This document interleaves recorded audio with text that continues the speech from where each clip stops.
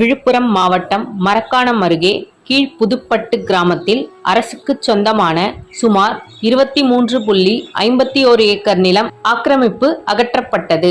சென்னை கீழ்ப்பாக்கம் பகுதியைச் சேர்ந்த சுரானா, தீபா சுரானா மற்றும் தினேஷ் சுரானா ஆகிய மூவரும் கூட்டாக சேர்ந்து 100 கோடி ரூபாய் மதிப்புள்ள 23.51 ஏக்கர் அரசு கடற்கரை புறம்போக்கு மற்றும் மயான நிலங்களை ஆக்கிரமித்து போலியாக பத்திரப்பதிவு செய்து அந்த இடத்தை ஆக்கிரமித்து சுற்றுச்சுவர் கட்டியுள்ளனர்.